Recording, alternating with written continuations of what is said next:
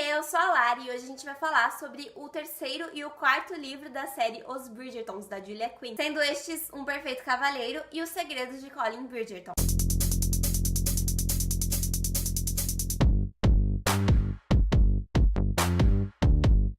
Primeiramente, gente, antes de começar o vídeo, acho que vocês estão percebendo algo bastante diferente aqui, né? Que é essa estante aqui, que eu finalmente agora tenho uma estante. Antes meus livros ficavam dispostos todos numa prateleira que começou a cair. É uma prateleira bem grande e agora ela tá caindo, não dá mais para meus livros ficarem lá e agora eu tenho essa estante aqui. Eu queria perguntar pra vocês se vocês querem uma bookshelf tour, se vocês gostam desse tipo de vídeo. Eu sei que é um vídeo que bomba no BookTube, é um dos vídeos que as pessoas mais assistem. Então eu queria saber se vocês querem que eu faça. Eu sei que eu não tenho uma estante gigante, eu sei que eu não tenho várias estantes gigantes ou muitos e muitos livros, mas eu acho que dá um vídeo de bookshelf tour talvez legal. Então se vocês quiserem, por favor, deixa aqui nos comentários. Hoje então a gente vai continuar a nossa série aqui no canal falando sobre os Bridgertons. Eu tô fazendo essa série falando dos livros de 2 em 2, então no último vídeo eu falei sobre os 2 primeiros livros. Eu vou deixar ele aqui nos cards pra vocês assistirem caso vocês queiram, mas podem ficar tranquilos porque esse vídeo não vai conter spoilers, assim como o outro também não conteve de nenhum dos livros, porque esses livros são parte de uma série, mas eles não contam a mesma história com os mesmos personagens principais, então são histórias diferentes apesar de se tratarem da mesma família. Cada livro tem a história de um irmão Bridgerton com a sua respectiva história, seu respectivo casamento, seu respectivo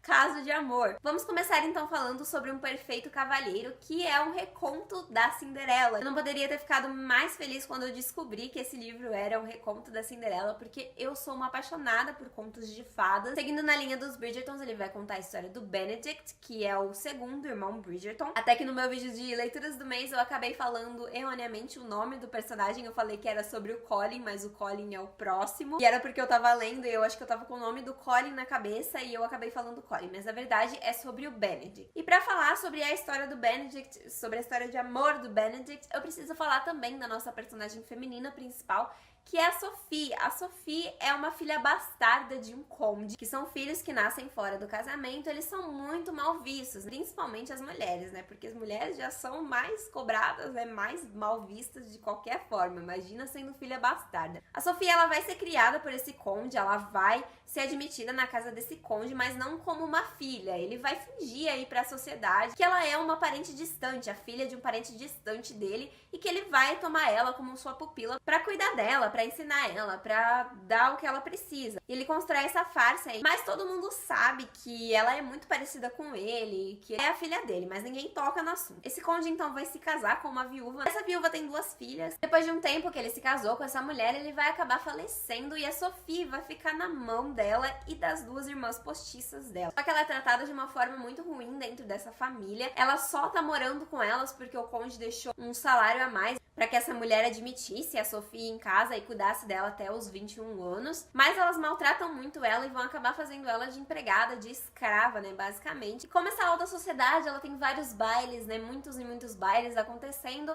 os Bridgertons vão dar um baile aí de máscaras que a Sophie, ela vai conseguir ir com a ajuda dos criados. Sempre foi o sonho dela participar dessa sociedade aristocrática, então ela vai com a maior felicidade do mundo pra esse baile de máscara. E é lá que ela vai conhecer o Benedict e eles dois vão se apaixonar instantaneamente. Assim que o Benedict vê a Sophie, ele vai atrás dela, vai pedir uma dança com ela e eles vão dançar e ficar sozinhos e eles vão se apaixonar ali. A sinopse é essa, eu não vou falar mais por causa de spoiler, pra não contar tanto da história também, que eu não acho muito legal. Eu preciso dizer que esse livro tomou um rumo um tanto que inesperado pra mim. Eu esperava que ele fosse uma coisa bem mais rápida, assim, que as coisas fossem acontecer de uma forma mais fantasiosa, de uma forma mais conto de fadas, mas na verdade ele me surpreendeu um pouco pelo rumo que ele tomou, que foi um rumo um pouco mais realista, deu um toque bem mais realista pra história e deu um tempo pra ela amadurecer também. Todas aquelas coisas que eu já elogiei nos livros dos Bridgertons no outro vídeo continuam aqui, ele continua com várias partes engraçadas. Esse livro eu achei um pouco mais sério, talvez o mais sério dos 4 que eu li até agora, mas ainda assim tem as suas piadas, tem as crônicas da sociedade de Lady Whistledown, Tem a interação dos familiares dos Bridgertons, que também é um dos pontos fortes. Uma coisa que eu venho notando muito nesses 4 livros dos Bridgertons é esse costume da Julia Quinn fazer personagens, principalmente personagens femininas, que não se encaixam exatamente no padrão da sociedade aristocrática. Então, por exemplo, a Daphne, ela era uma personagem bem nascida, mas ela não era uma personagem muito vista pelos homens com olhos de casamento. Kate veio de uma família não tão rica e com uma meia-irmã que, assim, chamava muito mais atenção, e do lado dela,